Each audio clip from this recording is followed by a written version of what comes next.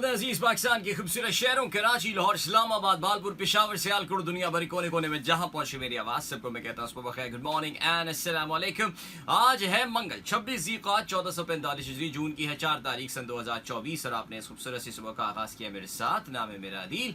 Sunrise show में मेरा और आपका साथ हमेशा की तरह सुबह के 9 बजे तक बहुत सारी इन्फॉर्मेशन, बहुत सारी बातें, आपकी पसंद का म्यूजिक, आप लोग के मैसेजेस लेकर अदील एक बार फिर से आपकी खिदमत में हाजिर है। उम्मीद करता हूं सब खैरियत से होंगे, सुबह का आगाज अच्छा हुआ होगा और आप लोगों का वीक भी अच्छा गुजर रहा होगा। It's a bright and sunny morning here in Karachi, लेकिन अगर आप उन खुशकिस्मत लोगों में से थे जो कि अलग सुबह प्री डॉन टाइम या डॉन के थोड़ी देर बाद भी उठे हुए हों, तो आपने आज एक निस्बतन खूबसूरत सुबह एंजॉय की होगी। कराची में अच्छी हवा तेज चल रही थी, काफ़ी काले गहरे से बादल जो हैं वो भी आसमान पे छाए हुए थे, बारिश वाले नहीं थे बहरहाल, लेकिन फिर भी वो जो एक टिपिकल समर्स की मॉर्निंग होती है कराची में, कुछ वैसा ही माहौल था इस वक्त। लेकिन the humidity is at its peak और इनफैक्ट अभी क्योंकि मैं ज़रा थोड़ा सा जल्दी भी आ गया आज, तो सुबह जल्दी आने का जो एक फ़ायदा होता है वो ये होता है कि ज़रा आपसे जल्दी बातचीत शुरू हो जाती है, लेकिन उसका एक नुकसान भी होता है।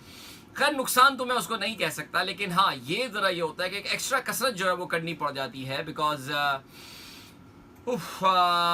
लिफ्ट बंद होती है हमारे लिफ्ट वाले जो बाबू हैं वो भी उनको पता है कि यार ये तकरीबन कोई 7:15 के करीब जो है ये खरामा चलते हुए आ रहे होते हैं, तो अगर मैं भी जल्दी भी आ जाऊँ तो वो भी थोड़े से हैरान हो जाते हैं। फिर वो होता है ये सर आप इंतज़ार करें, मैं बस लिफ्ट ऊपर जाके चला कर आता हूँ। लिफ्ट चलाने के लिए they have to go all the way to the top floor, उनको चल के जाना पड़ता है। तो मैंने कहा यार आप इतना चल के जाएंगे, मैं साथ इतनी देर में तो मैं खुद पहुंच जाऊंगा, तो कोई नेट बेनिफिट मुझे होने नहीं वाला। इस बहाने ज़रा थोड़ी सी सीढ़ियाँ भी चल लेते हैं और थोड़े और स्टेप्स भी काउंट हो जाते हैं, थोड़ी और कैलोरीज बर्न हो जाती होंगी, थोड़ी हार्ट बीट भी तेज़ हो जाती होगी, तो ज़रा ब्लड भी अच्छी तरह पंप कर देता होगा बॉडी में खून।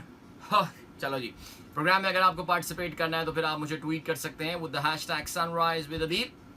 और अभी जो है वो मैं उस प्रोसेस से गुजर रहा हूँ जिससे मैं ट्विटर पे जो है वो लॉगिन करता हूँ, इसलिए कोई ऑल फॉल बात कह दूँ तो फिर माफ़ कर दीजिएगा। इसके अलावा हमारे फेसबुक पेज, जिसको हमारी कम्युनिटी है which we call the Sunrisers community, उस पर ऑलरेडी मैं आज का पोस्ट जो है वो लगा चुका हूँ 4 जून के शो का, और मैमूना शाहराम ने ऑलरेडी इस पे मैसेज कर दिया है। Thank you so much Maimoona.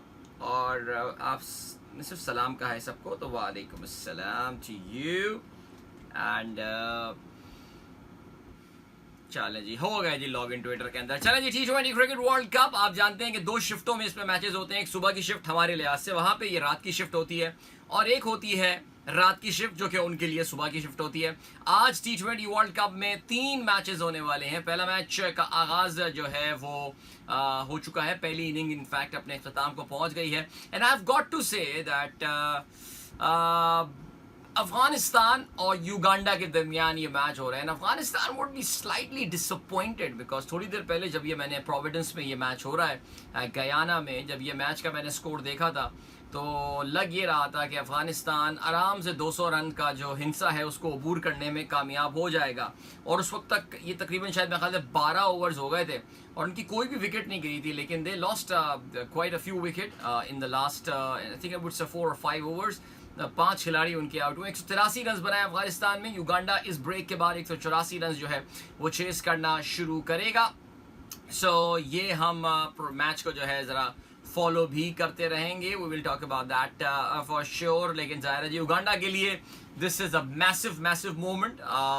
पहली बार किसी बड़े लेवल के टूर्नामेंट में जो है वो अच्छी बड़ी टेस्ट टीमों के साथ जो है वो खेल रहे होंगे, जैसे कि हमने पापुआ न्यू गिनी को देखा, they put up an amazing fight against the West Indies. तो आज युगांडा जो है will they be able to put up a fight against Afghanistan. हम ये भी जानते हैं कि बॉलिंग जो है वो अफगानिस्तान की स्ट्रेंथ है, स्पेशली जो उनकी स्पिन बॉलिंग ये खिलाते हैं, जिसमें नेचुरली उनके कप्तान राशिद खान हो गए, एंड देन मुजीबुर रहमान ज़ादरान हो गए। So these are all and Mohammad Nabi तो टीम का हिस्सा आज हाँ खेल रहे हैं, मोहम्मद नबी खेल रहे हैं बिल्कुल जी, वो भी अच्छी स्पिन बॉलिंग कर लेते हैं। So is Noor in the squad और नो आई डोंट नो, लेकिन I think he is also a decent spinner, we know about that. चले जी, सांस अभी तक फूल रही है मेरी, इतनी सीढ़ियाँ चढ़ के जो है ना वो आना पड़ा। तो जल्दी से आप लोगों के मैसेजेस ये लो, किसी ने हैशटैग लगाया ही नहीं यार, लगा दिया करें हैशटैग यार, ज़रा हमें भी आसानी हो जाती है। लेकिन खैर 1 सेकंड रुकेगा। सनराइज विद अदील, ये मैं हैशटैग अपना लिख रहा था ज़रा। आ गया भाई, आ गया। चलें जी, रियाजुर रहमान साहब का ट्वीट मुझे नज़र आ गया है अभी इस हैशटैग के साथ। एंड कौन है भाई, आज का पहला मैसेज हमें जो भेजा है वो एफ के नियाजी ने भेजा। कहते हैं भाई मुझे भी पेसर का लिंक भेज दें, मैं ज्वाइन करना चाहता हूँ, बहुत वेट हो गया है, देखो मुझ में कितना है दम। वेरी नाइस, बिल्कुल आप पेसर ज्वाइन करें एफ के नियाजी। और अब मैं यहाँ पे लिंक, अगर मैं कोशिश करता हूँ आपको इनबॉक्स कर दूँ लिंक, यहाँ पे लिंक कर दिया ना तो फिर ऐसी पर पता नहीं जाने अनजाने कौन लोग आ जाते हैं जो कि इसको जो है ना ऊपर ज्वाइन कर लेते हैं। बट चलें जी, इसके अलावा रियाजुर रहमान साहब कहते हैं the most glaring failure of Airbus A380 was undeniability is inability to impact the American aviation market, world largest aviation market. No airline from the US ever placed an order for an A380. Yeah, I think it's a pretty significant point. दुनिया की सबसे बड़ी aviation market जो है वो America है, और America में किसी भी एयरलाइन ने A380 का ऑर्डर जो है वो प्लेस नहीं किया। उसकी शायद हो सकता है बहुत बड़ी वजह यूरोपियन अमेरिकन एयरलाइंस जनरली, आपको पता है कि एयरबस नहीं लेती हैं, बहुत ज़्यादा नहीं लेती हैं, उनका ज़रा बोइंग की तरफ रुझान ज़्यादा है। तभी आपको पता है कि जो बोइंग की कैटास्ट्रफी चल रही है या बोइंग के जो मामला चल रहे हैं उससे सबसे ज़्यादा इम्पैक्ट जो हुआ था वो अमेरिकन एविएशन मार्केट का हुआ था। लेकिन ये भी नीड होती है कि अमेरिकन एयरलाइंस वाकई, क्योंकि अमेरिका की अपनी इंटरनल टूरिज़म इतनी बड़ी है सर, इतनी बड़ी अमेरिकन टूरिज़म है, और वो उसमें मैक्सिमम रेंज 3777 वगैरह से मेरे ख्याल से काम चला लेते हैं। But I think it's a pretty fair point, it's a very fair point, thank you so much. उस पर उन्होंने बताया, ये बेसिकली आपने जो आर्टिकल शेयर किया वो यही है, 5 reasons why no US operator has ever flown Airbus A380। Very nice, चलें जी, ग्रेट। और क्या सीन है, जवेद साहब ने क्या खबर शेयर की है, Poland prime minister deliver stark warning ahead of European Union elections. Poland के जो प्राइम मिनिस्टर हैं जिनका नाम जो है वो डोनाल्ड टस्क है। डोनाल्ड टस्क जो है वो खुद एक ज़माने में यूरोपियन यूनियन के काफ़ी सीनियर ओहदेदार रहते थे। तो यूरोपियन यूनियन में इलेक्शंस होने वाले हैं। गुड दैट जवेद साहब is following those elections and that is very nice. और उन्होंने जो है वो बेसिकली वार्निंग जो है वो दी है कि ख्याल ये है कि इस बार जो यूरोपियन यूनियन के इलेक्शंस होने वाले हैं, बिकॉज देखिए यूरोपियन यूनियन की अपनी भी जो है ना वो एक पार्लियामेंट है जो कि ज़ाहिर है ब्रसल्स में होती है, स्ट्रासबर्ग में होती है, मुख्तलिफ जगहों पे बैठ रही होती है। सो उसमें जो इलेक्शंस होने वाले हैं इस बार, उसमें ख्याल यही है कि जो इंतहाई दाएं बाजू की सोच रखने वाली जो पार्टियां हैं, जो कि काफ़ी इंतहा पसंद पार्टियां हैं, नेशनलिस्ट पार्टियां हैं, वो इस बार अच्छी बड़ी तादाद में जो है वो जीत कर आ सकते हैं। चलें जी आगे बढ़ते हैं। जीशान बेग साहब कहते हैं happy birthday Angelina Jolie, she was born on the 4th of June 1975. American actress, filmmaker and humanitarian, visited and supported Pakistan many times, including the 2010 floods and 2005 earthquake wrecked the nation. और ज़ाहिर है जी Angelina Jolie, ज़ाहिर है I think इस generation से पिछली जो generation थी, even though Angelina Jolie still she is not even 50, लेकिन बहुत ज़बरदस्त एक्ट्रेस थी और बड़ी ज़ाहिर खुशशक्ल भी थी, और काफ़ी ज़बरदस्त फिल्मों में उन्होंने काम किया, चाहे वो एक्शन मूवीज़ हों या रोमांटिक मूवीज़ हों या जो भी हो। बट उनका जो नेक्स्ट एवटार है that has been as a humanitarian, और बड़ा ज़बरदस्त जो है उन्होंने काम किया। बल्कि अगर मैं गलती पर ना हूँ तो एंजेलिना जोली ने जो है वो एक मूवी भी बनाई थी ऑन पता नहीं हनी एंड ब्लड करके कुछ नाम था उसका, which was about the Bosnia Herzegovina, specially Bosnia में जो बॉल्कन वॉर हुई थी उसमें ख़वातीन के साथ जो इस्तेसाल हुआ था। बहुत पेनफुल मूवी थी, बहुत तकलीफ दे फिल्म थी वो देखने में, और लेकिन बड़ी अच्छी मूवी एंजेलिना जोली ने ये बनाई थी। I think she was the producer of that movie.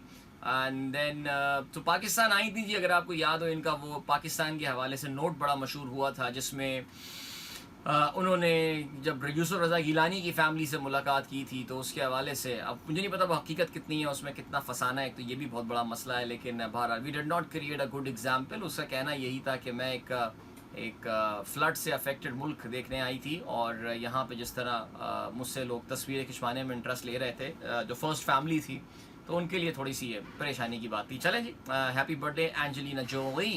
Dear bro, अस्सलाम वालेकुम फ़हीम अली ख़ान, आपने सूरह ज़ुहा की आयत हमारे साथ शेयर की है, और बेशक आखिरत आपके लिए दुनिया से बेहतर है। Indeed Absolutely, no doubt about that.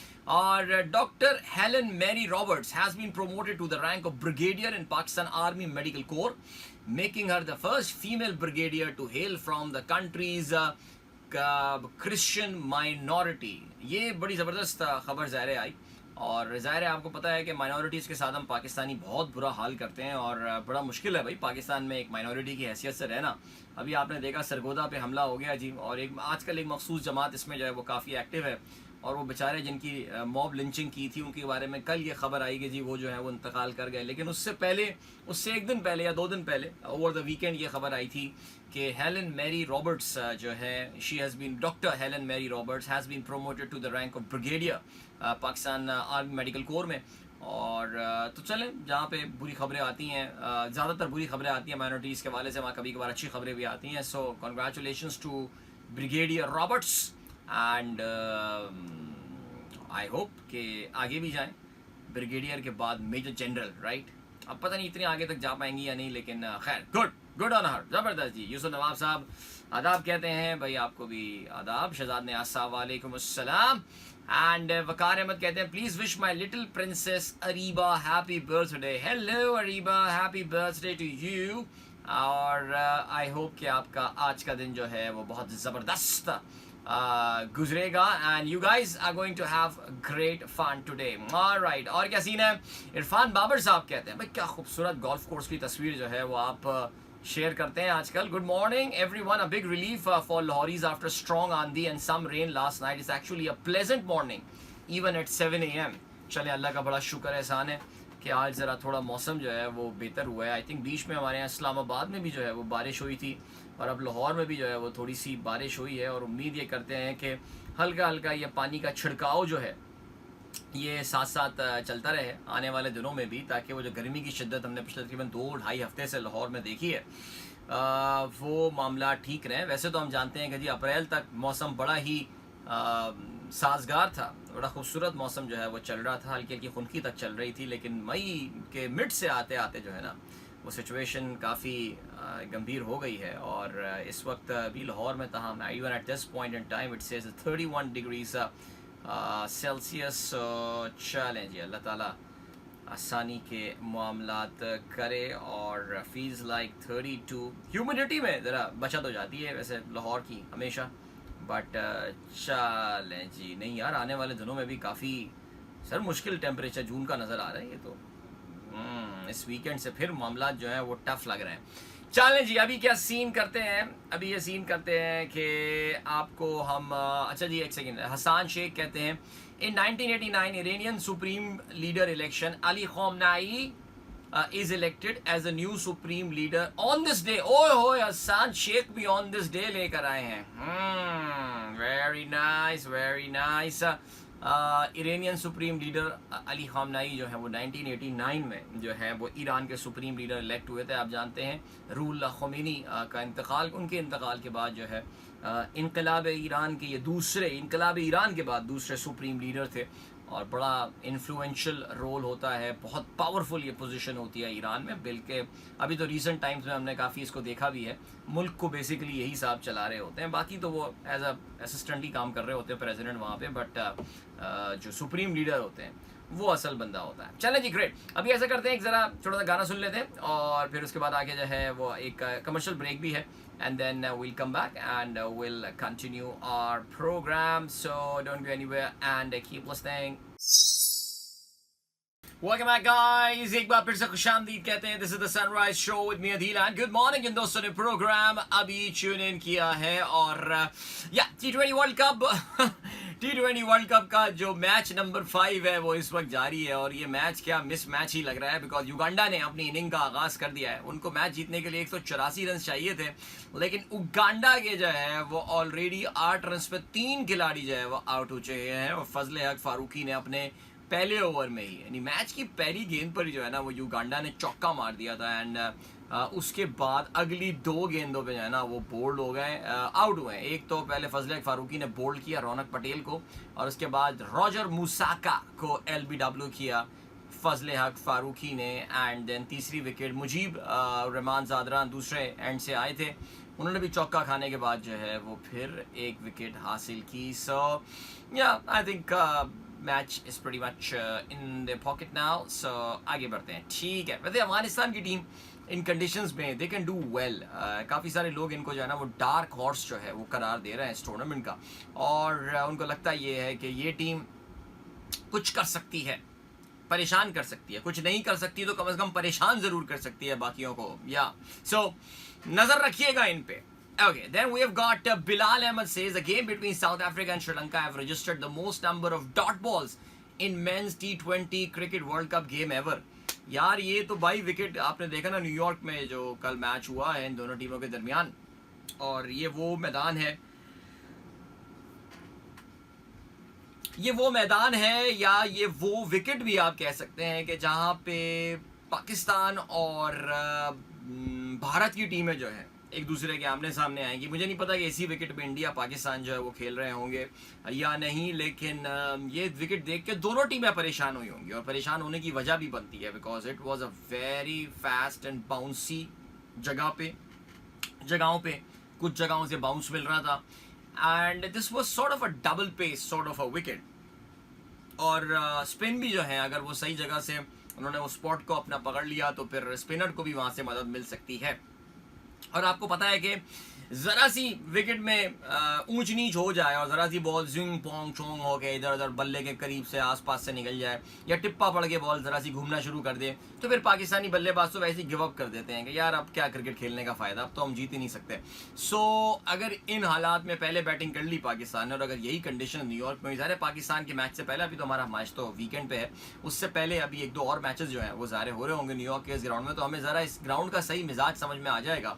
Dallas को तो हमने देख लिया कि वहाँ पे तो रन्स हैं, उधर तो रन्स बनेंगे, लेकिन न्यूयॉर्क में जो है वो सिचुएशन काफ़ी चैलेंजिंग हो सकती है टीमों के लिए. और लेट्स सी व्हाट हैपेंस. आज डेलिस में एक और मैच है, नेदरलैंड्स नेपाल एक दूसरे के आमने सामने आएंगे, लेकिन उससे पहले ब्रिज टाउन बारबेडोस में इंग्लैंड खेल रहा होगा. तो चलें, ब्रिज टाउन हो गया, प्रोविडेंस हो गया, इसका तो हमें पता है यार कि क्या कहानी है उसकी, लेकिन ये जो अमेरिका के ग्राउंड है ये ज़रा थोड़ा हमारे लिए अभी भी परेशानी कॉज कर सकते हैं. तो आई एम श्योर इंडिया भी कोई इतना ज़्यादा मुतमईन नहीं होगा. नो, इंडिया कौन सा फास्ट विकेटों पे बहुत अच्छा खेलने वाली टीम है, उनको भी ये डर होगा कि अगर पाकिस्तान ने पहले बॉलिंग करा ली यहाँ पे इंडिया के खिलाफ, तो कहीं पाकिस्तान के जो बॉलर हैं जो कि अटैकिंग बॉलिंग करते हैं, ज़ाहिर Shaheen Shah Afridi we know is an attacking bowler, he may be giving runs but वो विकेट साथ साथ जो है वो निकालता रहता है. नसीम शाह हमें पता है कि बड़ी काट हो जाती है उसकी बॉल में, अगर उसको थोड़ी सी पिच से जो है वो सीम मिल जाए वहाँ पे. एंड देन वी नो कि जो अगर बाउंस इस विकेट में है तो हारिस रऊफ इसका बड़ा फ़ायदा उठाते हैं बिकॉज वो पटकता है बॉल विकेट पे. सो उनके लिए भी कोई इतनी ये खुशी की खबर नहीं होगी कल की ये परफॉर्मेंस देख के इन दोनों टीमों की. श्रीलंका वाकई आई थिंक यार श्रीलंका पे मुझे अब ये सारी स्पोर्ट्स की बात अभी कर लूँगा तो फिर 8 बजे के बाद क्या करूँगा ना. चलें छोड़ दें जी, अभी फ़िलहाल इन बातों को जो है वो हम रहने देते हैं.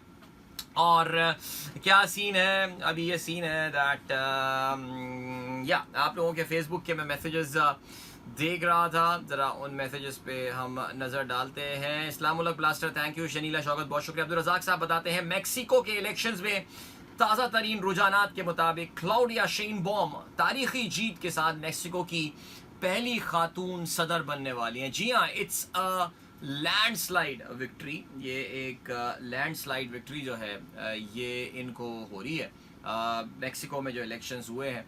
लेकिन हुआ ये है कि इनकी करेंसी जो है that has fallen and the currency fell. जो पेसो है, Mexican peso, that fell by around 3% there. So yeah चलें जी, अब से थोड़ी देर बाद जो है वो ऑफ कोर्स हम इंडिया के इलेक्शंस के रिजल्ट जो हैं बाय द वे वो भी आना शुरू हो जाएंगे. और ज़ाहिर ख्याल यही है कि this is going to be Modi's election once again. जो एग्जिट पोल्स आए थे उसके मुताबिक Narendra Modi is on for, और उनकी जो अलाइंस है जिसको एनडीए कहा जाता है, बीजेपी का जो अलाइंस है NDA, they are on for a big win today. और ये लाइव कवरेज जो है ये इनफैक्ट अब इसकी चैनल्स ने शुरू कर दी अब से थोड़ी देर पहले. 7:30 बजे इंडिया वक्त 8 बजे जो है ये रिज़ल्ट आना शुरू हो जाते हैं. सो अभी इलेक्शन कमीशन ऑफ इंडिया की जानिब से जो है वो रिजल्ट्स आना शुरू हो गए हैं. और अभी खैर it's early days right now, लेकिन हमारा जब तक ये प्रोग्राम चल रहा होगा नेचुरली तो काफ़ी ज़्यादा मामला जो है वो क्लियर हो जाएंगे और हमें एक कम से कम एक पिक्चर बनती हुई जो है वो नज़र आना शुरू हो जाएगी। बिकॉज आप जानते हैं इंडिया में एक बहुत तवील इलेक्टोरल प्रोसेस ये होता है, 7 मरहलों में ये इलेक्शन हुआ और फिर उसके बाद जैसे ही आखिरी मरहले की वोटिंग ख़त्म हुई, एग्ज़िट पोल्स का सिलसिला शुरू हो गया। मुख्तलिफ टीवी चैनल्स ये बता रहे थे कि BJP is on for a huge win, और बल्कि कुछ चैनल्स ने तो 400 से ऊपर सीटें जो हैं वो भी बीजेपी को दे दी हैं बेस्ट केस सिनेरियो के हवाले से। याद रहे जी, इंडिया की जो लोकसभा है, the lower house of parliament, उसमें 543 सीटें हैं और इस तरह हुकूमत बनाने के लिए आपको 572 सीटें, जो भी 272 सीटें, जो भी 272 सीटें लेने में कामयाब हो जाता है, they form the government there. सारा मामला जो था, देखिए इलेक्शन से पहले भी काफ़ी हद तक ये बात पता थी कि बीजेपी ये जीतने में बहरहाल कामयाब हो जाएगी, लेकिन जो चीज़ बनती थी वो ये थी कि जी कितनी सीटें इंडिया अलायंस लेने में कामयाब हो जाएगा, जो मेन ऑपोजिशन अलायंस है। और या लेट्स सी व्हाट हैपेंस। तो चलें जी, अभी जो है वो तो एक ही सीट का अभी तक नतीजा आया है and that has gone to NDA so फार।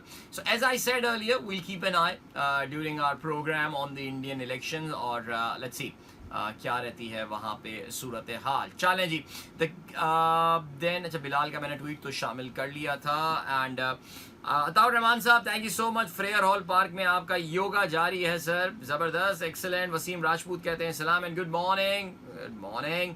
रोमाना जलील कहती हैं अस्सलाम वालेकुम, you fill the colours of knowledge in our lives. Thank you so much for your efforts, thank you so much Romana, बहुत शुक्रिया, खुश रहिए। वकार अहमद कहते हैं, अच्छा वकार, हमने आपकी साहबजादी को सालगिरह की मुबारकबाद दे दी है। डॉक्टर एजाज जीशान खान चाचड़ साहब ने जो है वो रफ्तार में जो कामरान फरीदी का इंटरव्यू है उसके हवाले से आपने कहा है कि जी बड़ा ज़बरदस्त जो है ये इंटरव्यू किया है। बिल्कुल ये यार, लेकिन honestly speaking I would really recommend you guys to take his talks with a pinch of salt. ज़रा थोड़ा सा एहतियात के साथ उसकी सारी बातें, you just can't go out there and believe whatever he was saying. और बिल्कुल जी, आपने कहा कि Raftaar, if I am not mistaken, Raftaar is run by the guy who was sitting with you on the election transmission. जी हाँ, बिल्कुल, इसमें कोई शक नहीं है। यही साहब जो हैं रफ्तार के CEO हैं, फरहान मलिक इनका नाम है। आमिर सईद कहते हैं अस्सलाम वालेकुम, थैंक यू। इसके अलावा फैसल सगीर कहते हैं अस्सलाम वालेकुम बादिल भाई, have a good day. Legends are born in June. वाह क्या बात है, आपने बताया है जी लेजेंड्स जो हैं वो जून में पैदा हुए हैं। मेरे ख्याल से legends are born in every month. अब आप यही सवाल पैदा होता है कि अब इसमें जो नाम आपने जून में बताए हैं उसमें डोनाल्ड जे ट्रम्प है, स्टीव स्मिथ, इसके अलावा वसीम भाई की सालगिरह थी कल। एंड अब आप फ्रैंक लैम्पार्ड को लेजेंड समझते होंगे तो चलो ठीक है यार। एंड मोहम्मद सलाह भी पैदा हुए हैं 15 तारीख को। निकोल किडमैन, लियोनेल मेसी पैदा हुए हैं, ठीक है। जॉनी डेप, मॉर्गन फ्रीमैन, यार Morgan Freeman is what 87 years old now यार, man he still looks so young. Liam Neeson, Angelina Jolie की सालगिरह तो हमने हैप्पी बर्थडे उनको बहरहाल कह दिया था। Mark Wahlberg, and of course an ultimate legend that was born on the 5th of June 1984 was Mr. Faisal Saghir himself, जिन्होंने ये पोस्ट बनाई है। So congratulations। मेरे ख्याल से legends are born in every month। Please comment on cipher case Qayyum Nawaz Islamabad. इस पर हम जब अखबारात पढ़ रहे होंगे उस वक्त जिक्र कर लेंगे साइफर केस का। यार अब क्या तफसील में हम जाएं, सभी बात कर चुके हैं इसके बारे में और मैंने भी खैर यूट्यूब शो में काफ़ी तफसील से बात की थी, लेकिन कोई हैरानी नहीं हुई है इस फैसले से। It was always a weak case to start with. Relatively pleasant morning today after last night thunder storm. Ashfaq Janjua sahab कहते हैं, शौकत अली अब्बासी कहते हैं how many Pakistani born cricketers are participating in the T20 cricket world cup? I think that's a pretty fair question और I'm sure इसका कोई ना कोई number होगा। काफ़ी सारे पाकिस्तानी बॉर्न क्रिकेटर्स जो हैं वो ज़ाहिर है इसमें खेल रहे हैं। ओहो भाई, हमारे दोस्त इफ्तिखार बुखारी साहब का मैसेज आया है और कहते हैं कि मेरा प्यारा बेटा साहबजादा सैयद अहमद रज़ा बुखारी नकवी जो 2 जून को पैदा हुआ था वो अल्लाह की रज़ा से विसाल कर गया है। इन्ना लिल्लाहि व इन्ना इलैहि राजिऊन। भाई इफ्तिखार साहब, बहुत अफसोस हुआ ये बात सुन के। आपने अभी कुछ दिन पहले ही जो है मैसेज किया था और आपने बताया भी यही था कि वो बच्चा जो है वो प्री मैच्योर पैदा हुआ और आई थिंक 2 महीने पहले आपके वक्त से जो है ये पैदा हो गया था। सो अल्लाह ताला आप लोगों को सब्र जमील अता फ़रमाए और अल्लाह ताला के बंदों के ये हर तरह के हर एक को एक अपना अलग इम्तिहानी पर्चा मिलता है। अल्लाह ताला के हर एक से जो है वो ये तरीका होता है इम्तिहान लेने का। बस सब्र कीजिए, उसका शुक्र कीजिए और जो है अल्लाह ताला आपको जो है वो इसका बड़ा अजर देगा आखिरत में। ज़ाहिर असल तो लाइफ वही है। सो मेरी हमदर्दियाँ आपके साथ हैं और अल्लाह ताला सब्र जमील अता फरमाए। बच्चे की मग़फ़िरत की तो दुआ इंसान क्या करे, लेकिन अल्लाह सब्र जमील अता फरमाए। आमीन सुबह आमीन। चलें जी, डॉक्टर शैला अस्सलाम वालेकुम, good morning, thank you so much. इसके अलावा अमजद साहब कहते हैं are you doing TV show regular? नहीं जी, मैं कोई टीवी शो नहीं कर रहा हूँ आजकल। Enjoying your show in Jasmine Garden Park. Fazle Umar Khalid साहब कहते हैं कि वो मेरा शो किसी जैस्मिन गार्डन पार्क में जो है वो इंजॉय कर रहे हैं। शहजाद अहमद कहते हैं सुबह खैर, पाकिस्तान हॉकी टीम। बिल्कुल जी, हम इसके हवाले से बात करेंगे जब हम खेलों के हवाले से बात करेंगे। पाकिस्तान हॉकी टीम ने कल एक बड़ी कामयाबी हासिल की है और अपने अगले राउंड में पहुंचने की जो है वो अपने अगले राउंड में पहुंचने की उन्होंने राह काफ़ी हद तक जो है वो हमवार की है। तो चलें जी, ये हो गई बात। और रहमान साहब कहते हैं व्हाट अ मैच येस्टरडे, जोकोविच facing tough time in the last two match were more than 4.5 hours. जोकोविच showed excellent resilience and qualified for the quarter final. ज़ाहिर है बिल्कुल वी नो जोकोविच की जो है वो strength doesn't lie in clay court, लेकिन अब that Nadal is no more there and I think his chapter is finished on Roland Garros, so बहुत अच्छी opportunity है यहाँ पे जोकोविच के लिए, जो उनकी एक बड़ी ज़बरदस्त टैली है। आप जानते हैं world record tennis grand slam की इनकी टैली है, उसको बेहतर बनाने के लिए, और वो जो इनके ऊपर एक धब्बा है कि जी ये क्ले कोर्ट के उतने कामयाब प्लेयर नहीं हैं, उसको भी रिमूव करने के लिए इनके पास एक मौका है। हाउएवर वी नो कि अब जब क्वार्टर फाइनल में पहुंच गए हैं, अब मामला काफ़ी इनके लिए जो है वो टफ हो सकते हैं, बिकॉज ये जो स्पेनिश प्लेयर्स होते हैं, आपको पता है they are very very good on the clay court and we also know about that के Carlos Alcaraz still there. But इसमें सुनने में ये भी आया है कि या थैंक यू सो मच। इसमें सुनने में ये भी आया है कि जी कुछ जोकोविच ने अपनी इंजरी वगैरह कुछ एग्रीवेट कर दी है, और देखते हैं कुछ इंजरी फियर की जो है वो बातें की जा रही हैं। बट एनीवे अभी आपको जो है वो हम लिए चलते हैं ब्रेक की जाने। ब्रेक के बाद एक अच्छा सा गाना भी सुनते हैं, so don't go anywhere and keep listening. And there's something that I really love about watching these Indian election transmissions. इसमें दो चीज़ें बड़ी ज़बरदस्त मुझे लगती हैं। एक तो ये the speed with which the election results come, because आपको पता है कि इंडिया में इलेक्ट्रॉनिक वोटिंग मशीन से जो है वो इलेक्शन के रिजल्ट्स आ रहे होते हैं। और दूसरी बात ये आती है कि यार इंडियन टीवी चैनल जो डेटा एनालिसिस कर रहे होते हैं, the graphics that they have, और क्योंकि ज़ाहिर है उनको इस बात की चिंता तो होती नहीं है फॉर्म 47 फॉर्म 45 आना बंद हो गए, नतीजे आना बंद हो गए हैं, मालूम करवाया जाए इलेक्शन कमीशन में क्या हो रहा है। So things happen so fast in India now. Already in 543 नशस्तों में से 180 के जो है वो नतीजे सामने आ गए हैं। एंड वेरी इंटरेस्टिंगली एनडीए और BJP is not off to a blockbuster start, जो कि एग्जिट पोल में नजर आ रहा था कि BJP right from the get go खा जाएगी इन सबको। एक्चुअली ऐसा नहीं हो रहा है and India alliance is putting up a very good fight right now. So आज के शो में ये टॉपिक हमारा डोमिनेट करेगा। सो 183 सीटें जो आ चुकी हैं, इसमें 111 में NDA, so they are of course forming the government, but it is down by 10 सीटें ऐसी जो कि इनकी पहले हुआ करती थी, वो अभी लूज यानी हारते हुए नजर आ रहे हैं। हाउएवर जो इंडिया अलायंस है, they are leading at 67 seats और 25 सीटें उन्होंने गेन की हैं। Now this is a very very interesting number. So या I think something to cheer for. जो इंडिया अलायंस है, राहुल गांधी और ये अरविंद केजरीवाल और बाकी जो यहाँ पे समाजवादी पार्टी, आपके अखिलेश भैया और ये सब जो है, इनके लिए ज़रा थोड़े से नंबर्स अभी तो मोटिवेटिंग और अभी इंटरेस्टिंग नंबर लग रहे हैं। बट लेट्स सी, 12 सीटों पे बाय द वे अब ट्रेल कर रही है एनडीए, लूज कर रही है अपनी पिछली बार से। इंडिया अलायंस 27 सीटों पे आगे हो गई है। हाउएवर जो अदर पार्टीज हैं वो अभी by the way Asaduddin Owaisi साहब is also leading right now Hyderabad Deccan से। So very interesting, will keep an eye on that. Pakistani अखबारात पे नजर डालते हैं।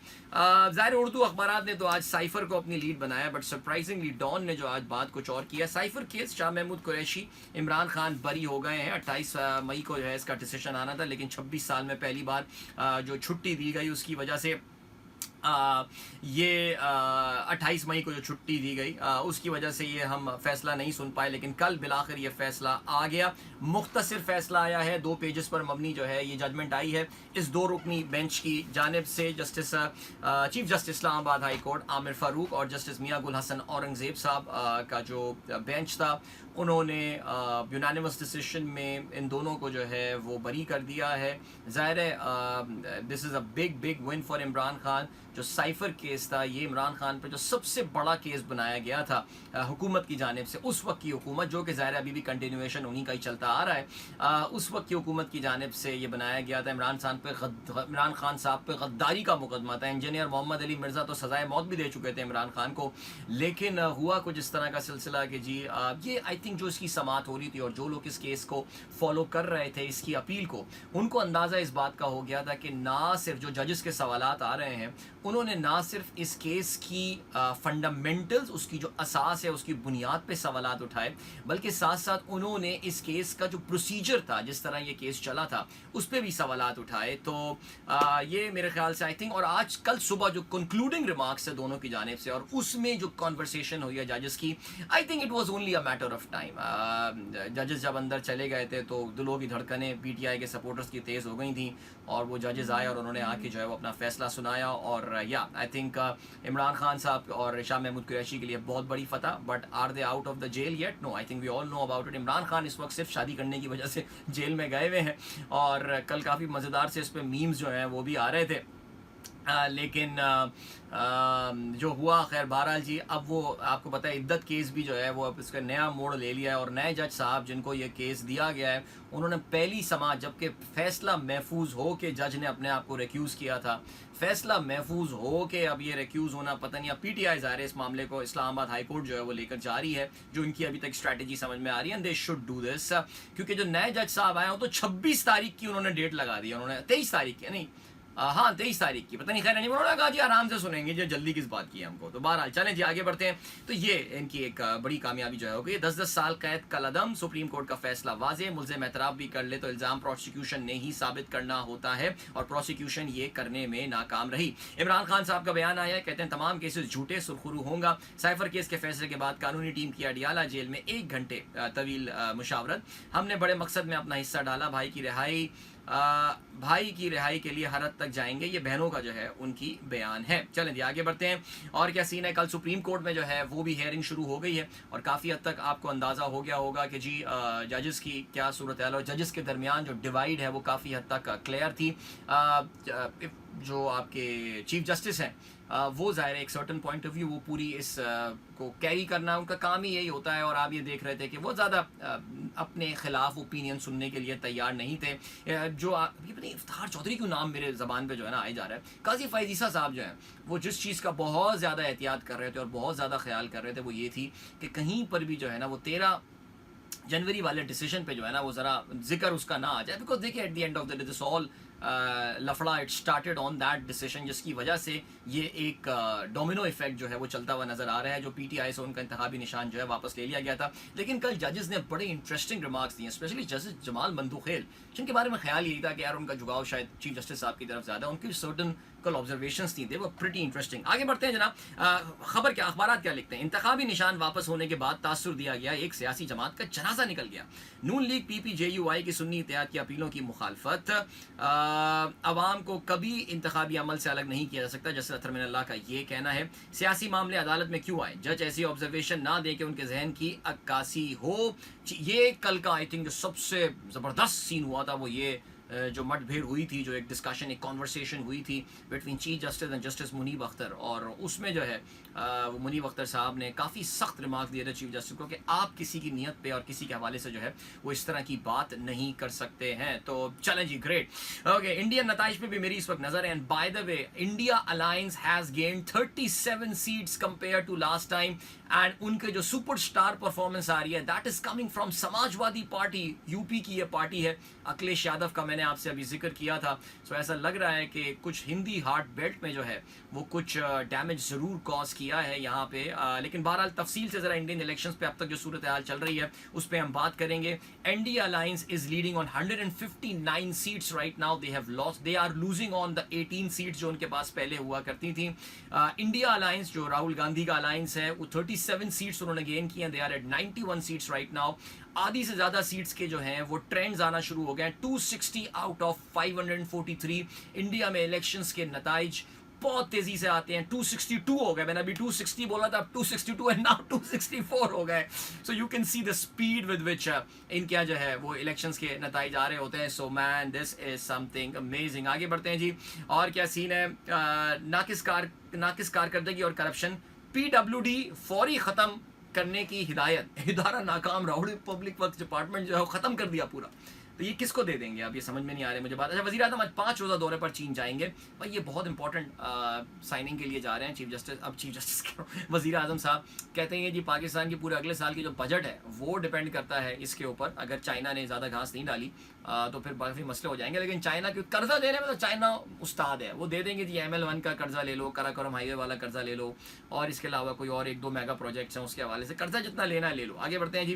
डोनाल्ड ट्रंप कहते हैं इक़्तिदार में आने के बाद गजा में जंग रुकवा दूंगा. ओके. उमर अयूब कहते हैं राना सना ने एतराफ़ किया PTI को दीवार से लगाना लंदन प्लान का हिस्सा. एतजाज हसन कहते हैं इमरान को जल्द जेल से बाहर आता देख रहा हूँ. ओके. जो डॉन ने आज जो अपनी लीड बनाई है वो ये बनाई है uncertainty clouds budget presentation. John का ये कहना है कि बजट के हवाले से अभी तक हुकूमत ने कोई खास फुर्ती जो है वो नहीं दिखाई है, और एक बजट स्ट्रैटेजी पेपर प्रेजेंट किया जाता है पार्लियामेंटेरियंस को, वो अभी तक प्रेजेंट नहीं किया गया. अभी भी बजट प्रेजेंट करने में तकरीबन 10 दिन है, which is something pretty unusual by the way. चले अभी हम बढ़ रहे हैं टाइम चेक और कमर्शियल ब्रेक की जाने. मिलेंगे आपसे इसके बाद वर्ल्ड कप की खबरों के अपडेट के साथ, और मजीद खेलों की खबरें होंगी. मिलते हैं थोड़ी देर में. Don't go anywhere and keep listening. Welcome back guys, एक बार फिर से आपको खुशामदीद कहते हैं. This is the Sunrise show with me Adeel. Good morning. जिन दोस्तों ने प्रोग्राम अभी ट्यून इन किया, चलें जल्दी से अभी जो है वो आपको हम बताते हैं खेलों के हवाले से. भाई ये T20 क्रिकेट वर्ल्ड कप का ये वाला मैच तो इंतहाई वन साइडेड मैच जो है वो साबित हो रहा है. आज प्रोविडेंस में मुकाबला हो रहा था in Guyana between Afghanistan and Uganda, और पहले बैटिंग करते हुए अफगानिस्तान ने जो है वो 183 रन बनाए 5 विकेटों के नुकसान पर. बड़ा ही जोरदार आगाज था, दमदार आगाज था अफगानिस्तान की जानिब से, और उनकी जो पहली विकेट की पार्टनरशिप थी बिटवीन रहमानुल्लाह गुरबाज एंड इब्राहिम जादरान, ये 154 रन की पार्टनरशिप थी, and that came in 14.3 overs. और उस वक्त लग ऐसा ही रहा था दैट बासानी 200 रन जो है वो अफगानिस्तान क्रॉस करने में कामयाब हो जाएगा, लेकिन ऐसा ना हुआ. अच्छा कम बैक किया युगांडा की टीम ने इन द लास्ट 5 ओवर्स, और they actually restricted Afghanistan to 183 run. So ya अगर आप देखें तो आखिरी 6 ओवर्स में slightly more than run a ball जो है वो उन्होंने बहरहाल खेला है. तो चलें जी. Highest run getter 76 Rahmanullah Gurbaz 45 गेंदें, 4 छक्के और 4 चौके उसमें शामिल थे. इब्राहिम जादरान ने 9 चौके और 1 छक्का जो है वो लगाया. इनके अलावा किसी भी खिलाड़ी ने बाय द वे कोई और बाउंड्री नहीं लगाई. Oh, you can tell you actually कि अच्छी उन्होंने डेथ बॉलिंग जो है वो की है. आगे बढ़ते हैं जी. युगांडा के इस वक्त 27 रन हो चुके हैं, उनके 5 खिलाड़ी आउट हुए हैं. कोई भी खिलाड़ी जो है वो डबल फिगर में पहुंचने में कामयाब नहीं हुआ. रियाजत अली शाह इस वक्त बैटिंग कर रहे हैं रॉबिन्सन उबोया के साथ, और 5 में से 2 विकेटें हासिल की फजल फारूकी ने, 1 विकेट हासिल की मुजीब ने, और नवीन उल हक ने जो है वो 2 खिलाड़ियों को आउट किया. सो आई थिंक ये सिर्फ एक ज़ाब्ते की कार्रवाई जो है वो बहरहाल ये वाला मैच जो है वो रह गया है. याद रहे ये दोनों टीमें जो हैं they are playing in the group C of this tournament, और ये ग्रुप C जो है ये वो ग्रुप है कि जिसमें West Indies, PNG, Afghanistan, New Zealand और युगांडा की टीमें जो है वो शामिल हैं. अब इसमें याद रहे आपको कि अफगानिस्तान, माफ़ कीजिएगा, PNG ने जो पिछला मैच वेस्ट इंडीज़ को हराया था वो बड़ा क्लोज मैच गया था, तो वेस्ट इंडीज़ को नेट रन रेट का उसमें खास एडवांटेज नहीं मिला, जो कि उनको आने वाले मैचेस में नुकसान पहुंचा सकता है, specially in the matches against Afghanistan. But this is a pretty tough group man. याद रहे जी 2 टीमें सुपर 8 में जो है वो पहुंचनी है. 2 टीमें इन 4 ग्रुप से जो है पहुंच रही होंगी. हर ग्रुप में 5 टीमें हैं. 20 टीमों का ये टूर्नामेंट जो था इस बार का, और यहाँ पे अफगानिस्तान, वेस्ट इंडीज़ और न्यूजीलैंड, इनमें से कोई 2 टीमें पहुंचनी है. सो वेस्ट इंडीज़ और अफगानिस्तान में से कोई एक टीम मिस आउट होती हुई नजर आ रही है. Let's see, I hope that is not West Indies man. Seriously the host team has got to reach the second round. But बहरहाल चलें जी, ये मैच तो हो गया जी खलास. अब हम बात कर लेते हैं कल के मैच की जो कल रात हुआ. ये मैच भी जो खेला गया, न्यूयॉर्क में पहला गेम हुआ. सुबह हम इसके हवाले से बात कर रहे थे. बहुत ही लो स्कोरिंग मैच, परेशान कुन मैच. पहले बैटिंग करते हुए श्रीलंका ने अपनी T20 इंटरनेशनल की तारीख का सबसे कम तरीन टोटल बनाया, 77 रन. इससे पहले 82 उनका लोवेस्ट टोटल हुआ करता था. एंड्रिक नॉर्किया के सामने श्रीलंकन बल्लेबाज बिल्कुल क्लूलेस नजर आए, 7 रन दिए नॉर्किया ने, 4 खिलाड़ी आउट किए, man of the match performance या player of the match performance उनकी रही। साउथ अफ्रीका ने इस टोटल को 16.2 ओवर्स में, यानी साउथ अफ्रीका भी स्ट्रगल किया। सीरियसली यार, ये ना गेम प्रेजेंस वाली जो है ना बात होती है। श्रीलंका अगर उस विकेट को रीड करके अपनी स्ट्रैटेजी को रीअलाइन कर देता और छक्के चौके मारने के बजाय अगर वो सिर्फ ये काम करते कि यार 100-110 रन का भी टारगेट अगर चेस करने को दे देते ना, यार साउथ अफ्रीका स्ट्रगल करता है यहाँ पे सीरियसली। ये तो आखिर में कुछ ये छक्का वक्का मार दिया इसने हेनरिक क्लासन ने, तो ये तो आपको पता है कि काफ़ी तेज़ बैटिंग करने वाला प्लेयर है, वरना यार ये भी स्ट्रगल कर रहे थे श्रीलंकन बॉलिंग के सामने। अच्छा, अब परेशानी की बात जो आती है ना, वो ये आती है जो मैं सुबह भी जिक्र कर रहा था, ये वो मैदान है न्यूयॉर्क का जहाँ पे पाकिस्तान और भारत भी दूसरे के आमने सामने आएंगे। और मैंने कल ट्वीट भी किया था इस हवाले से कि पाकिस्तान तो चले रहने दें, हम तो वैसे ही अंडरडॉग हैं।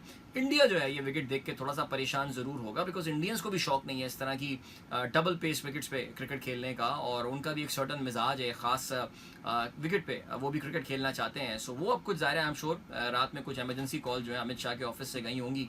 अमित शाह का मैंने मतलब बेटा जय शाह, उसने जो है वो कॉल की होंगी आईसीसी वगैरह को कि ये क्या मजाक लगा रखा है आपने वर्ल्ड कप के नाम पे, चलें विकेट चेंज करें, लाएं कोई यहाँ से, मैं भेज रहा हूँ अहमदाबाद से विकेट। तो हो सकता है, कुछ भी हो सकता है, एनीथिंग कैन हैपन। लेकिन बहरहाल जी, रिमेंबर इंडिया वर्सेस पाकिस्तान, ये मुकाबला 9 जून को होने वाला है, विच इज़ संडे।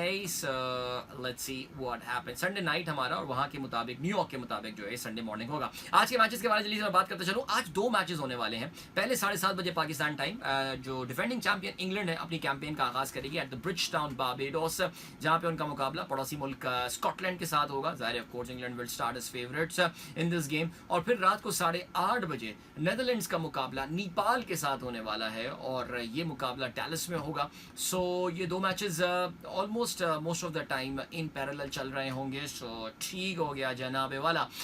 और क्या बात है, ये हो गया क्रिकेट का जिक्र। अब कुछ बात कर लेते हैं ज़रा फुटबॉल के हवाले से। अच्छा, हमने वैसे टेनिस का माफ़ी का जिक्र किया हमने पहले कि जी नोवाक जोकोविच जो हैं वो बड़ा मुश्किल मैच जीतने में कामयाब हो गए हैं और क्वार्टर फाइनल में पहुंचने में कामयाब हुए हैं। दूसरी जानिब अलेक्जेंडर ज़वेरेव जो हैं वो भी एक बहुत ही लेंथी और एक बहुत ही तवील मैच जो है वो जीतने में कामयाब हुए हैं। 4 घंटे 40 मिनट पर मुहित ये मैच था, जिसमें वो डेनिश खिलाड़ी हॉलगर रून को उन्होंने शिकस्त दी है। 5 सेट तक ये मुकाबला गया। सो ये हो गया सूरत हाल। और अभी क्या मुकाबला होना है जी, नोवाक जोकोविच जो है लोरेंजो मुसेटी के साथ इनका जो है वो क्वार्टर फाइनल होगा। और अगर अलेक्जेंडर ज़वेरेव की बात की जाए तो एलेक्स मिन्योर के साथ जो है वो इनका मुकाबला होने वाला है। याद रहे जी, ये जो डी मिनोर है इसने डैनियल मेडवेडेव को जो है वो शिकस्त दी थी in the pre quarter final game. So चलें जी, ये हो गई बात। और फुटबॉल का भी ज़रा जिक्र करते चलते हैं। Kylian Mbappe, big news there, big news, because Kylian Mbappe आप जानते हैं फ्रेंच इंटरनेशनल प्लेयर, उन्होंने अपने करियर की ज़्यादातर टाइम जो है क्लब फुटबॉल पीएसजी के लिए खेली, but now he said goodbye to PSG. और as expected he is moving to Real Madrid now. Real Madrid आप जानते हैं ऑलरेडी जो है वो चैम्पियंस लीग जीतने में कामयाब हुआ है, और उन्होंने ये बिग मैसिव डील जो है वो ये अनाउंस कर दी है। और he will earn 15 million euros a season plus 150 million euro signing bonus to be paid over 5 years. 5 साल कॉन्ट्रैक्ट जो है वो इन्होंने किया है। ये जो बातें होती है ना, dream come true and all, मैं कभी कभार ये सोचता हूँ, खिलाड़ी बोलते हैं कि dream come true, like come on यार, for God sake, I mean you were competing against Real Madrid, I mean oh man I am playing against my dream team. अरे यार ये बहरहाल चलें जी, अब जब ज्वाइन कर लिया तो कर लिया, लेकिन पता नहीं यार इतनी कामयाब टीम है, यही बड़े बड़े प्लेयर्स जो हैं साइन करने में कामयाब हो जाते हैं। लेकिन ही इज़ द पीएसजी's record goal scorer, 256 goal since he joined 2017 में मोनाको तब में खेलते थे और वहाँ से लोन पे ये गए थे पीएसजी, फिर उसके बाद इसको परमानेंट जो है वो कर दिया गया था। और इसके अलावा फ्रांस की टीम के हवाले से बात करें, पिछले 6 साल से फ्रांस की टीम का हिस्सा है। 44 गोल 48 मैचों में जो है वो इन्होंने स्कोर किए हैं। 2022 के वर्ल्ड कप में he was the golden boot award winner. और अगर आपको याद हो, ड्रामेटिक फाइनल हुआ था अगेंस्ट अर्जेंटीना, जिसमें पेनल्टीज पे जो है वो जीतने में कामयाब हुई थी अर्जेंटीना की टीम, और उन्होंने फ्रांस को जो है वो शिकस्त दी थी। So is yet to win champions league title yet, even though they played in the final. 2019-20 का चैंपियंस लीग था, लेकिन आई एम श्योर इसकी ये ख्वाहिश जो है वो रियल मैड्रिड में, अगर रियल मैड्रिड में ये ख्वाहिश पूरी नहीं होगी तो फिर किस टीम में ये ख्वाहिश पूरी होगी यार। बट खैर चले जी, चेल्सी ने अपने नए मैनेजर का जो है वो ऐलान कर दिया है। So many congratulations to all the Chelsea fans. और ये इटालियन इनके मैनेजर जो आ गए हैं 44 साल, जिनका नाम है मरेस्का। और ये मरेस्का जो है ये लेस्टर सिटी के बॉस थे, इन्होंने प्रमोट करवाया था लेस्टर सिटी को और वहाँ से जो है ये पहुँच गए हैं। मोरिसियो पोचेटिनो जिनके साथ I think honestly speaking I mean I really felt that Chelsea was doing fine in the last.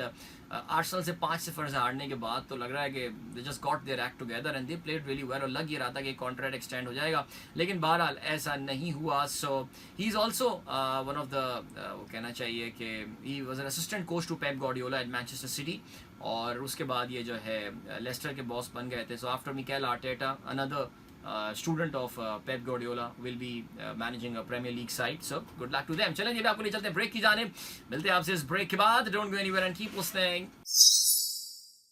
Welcome back guys, एक बार फिर से आपको खुशामदीद कहते हैं। This is the Sunrise Show with me Adil and good morning। इन दोस्तों ने programme भी ट्यून इन किया था। जल्दी से कुछ बात कर लेते हैं यार, खेलों की हम बात कर रहे थे, और खेलों में यार हॉकी का जिक्र कैसे भूल सकते हैं, हमारा कौमी खेल हॉकी। और हॉकी में यार कल पाकिस्तान ने माशाल्लाह कनाडा को 1 के मुकाबले में 8 गोलों से शिकस्त दी। आई मीन पाकिस्तान, कनाडा ने पहले by the way goal score किया and Pakistan literally took that, बहुत दिल पे ले गए वो उस बात को। उन्होंने कहा अरे तुमने हमारा दिल तोड़ दिया कनाडा, अभी देखो तुम। 8 गोल पाकिस्तान ने स्कोर किए, और जो है पाकिस्तान के जो अच्छा खेल का मतलब याद रहे guys, this tournament is called the FIH Nations cup. मैंने शायद थोड़ा सा आपको ये स्ट्रक्चर एक दिन बताने की कोशिश की थी कि जो इंटरनेशनल हॉकी फेडरेशन है, ये एक ज़माने में चैंपियंस ट्रॉफी हुआ करता था, ओलंपिक्स होता था, चैंपियंस ट्रॉफी उन्होंने ख़त्म कर दिया। Now what they do is that इनके पूरे साल टूर्नामेंट्स अब होते रहते हैं, और इनकी जो एलीट लीग होती है उसका नाम FIH प्रो लीग होता है, और ये टूर्नामेंट तकरीबन ऑलमोस्ट होम एंड अवे की बुनियाद पे जो है खेला जाता है, और साल के एक बड़े हिस्से पे खेला जा रहा है। तो दुनिया की जो टॉप 9 टीम्स 10 टीम्स होती हैं वो इस टूर्नामेंट में खेल रही होती हैं, और पाकिस्तान अनफॉर्चुनेटली आपको पता है कि Pakistan is a lower rank side, तो हम उसका हिस्सा जो है वो नहीं है। उसको क्वालिफाई करने के लिए, उसको खेलने के लिए पाकिस्तान को ये टूर्नामेंट जीतना पड़ेगा, जिसका नाम इस वक्त FIH नेशंस कप है। वहां से एक टीम रेलीगेट होगी, और यहां से एक टीम जो है जो विनर होगी इस टूर्नामेंट की, जो पोलैंड में इस वक्त ये टूर्नामेंट चल रहा है, तो वहां से पाकिस्तान जो है वो इंशाल्लाह इसको जीत के जो है पहुंच सकता है। हमें याद है कि इस टूर्नामेंट का जो पहला मैच पाकिस्तान का था वो पाकिस्तान जो है वो ड्रॉ हुआ था मलेशिया से। एक मौके पर हम जो है वो हार रहे थे 4-1, लेकिन फिर पाकिस्तान ने कमाल कमबैक किया और 4-4 से ये मुकाबला जो है बराबर किया। फिर पाकिस्तान का दूसरा मैच जो है वो अब कनाडा के साथ था, और कल पाकिस्तान ने, ये मैच परसों होना था, बारिश की वजह से नहीं हो पाया, थंडरस्टॉर्म जो है वो शहर में आए थे, और अब उसके बाद जो है वो फिर ये मैच हुआ जनाबे वाला कल, और पाकिस्तान ने 8-1 से जो है वो कामयाबी हासिल की। पूरा टूर्नामेंट जो है एक दिन करके जो है ये आगे बढ़ा दिया गया। Now Pakistan has to play a very important game. ये मैच जो है ऑफ कोर्स कल होना है, जहां पाकिस्तान का मुकाबला इस टूर्नामेंट की जो टॉप रैंक साइड है फ्रांस, उनके साथ होगा। फ्रांस इस वक्त वर्ल्ड नंबर 9 टीम है, और फ्रांस ने कल जो है वो मैच में मलेशिया को शिकस्त दी थी 3-1 से। मलेशिया के लिए this is a bad result, और उनको अब कनाडा को बहुत बड़े मार्जिन से हराना पड़ेगा अपनी होप्स को बरकरार रखने के लिए। However Pakistan has got a great opportunity there. Pakistan कल अगर फ्रांस से ड्रॉ भी कर जाता है तो पाकिस्तान अपने ग्रुप में जो है वो टॉप होगा। ये मैच पाकिस्तानी वक्त के मुताबिक रात को 9 बजे खेला जाएगा। चले जी, इसके अलावा एक खेल जिसमें पाकिस्तान आजकल माशाल्लाह बड़ा अच्छा परफॉर्म कर रहा है अपने लेवल पे, एंड दैट खेल इज कॉल्ड वॉलीबॉल। और हुआ कुछ ऐसा कि कल पाकिस्तान ने थाईलैंड को, बहरीन में जो है जो एक central Asia volleyball association Challengers cup हो रहा है, उसमें पाकिस्तान ने थाईलैंड को 3-0 से शिकस्त दी। इससे पहले पाकिस्तान ने कजाकिस्तान को शिकस्त दी, और उससे पहले पाकिस्तान ऑस्ट्रेलिया को 3-0 अपने होम ग्राउंड पे उन्होंने सीरीज हराई थी, और उससे पहले पाकिस्तान ने अपने मुल्क में होने वाला टूर्नामेंट जो है उसमें कामयाबी हासिल की। तो पाकिस्तान की जो विनिंग स्ट्रीक है इस वक्त वॉलीबॉल में वो हो चुकी है 11 मैचेस पे। सो पाकिस्तान क्वार्टर फाइनल के लिए क्वालिफाई करने के कामयाब हो गया इस टूर्नामेंट में। So well done to them, and ya I think something to look forward to man.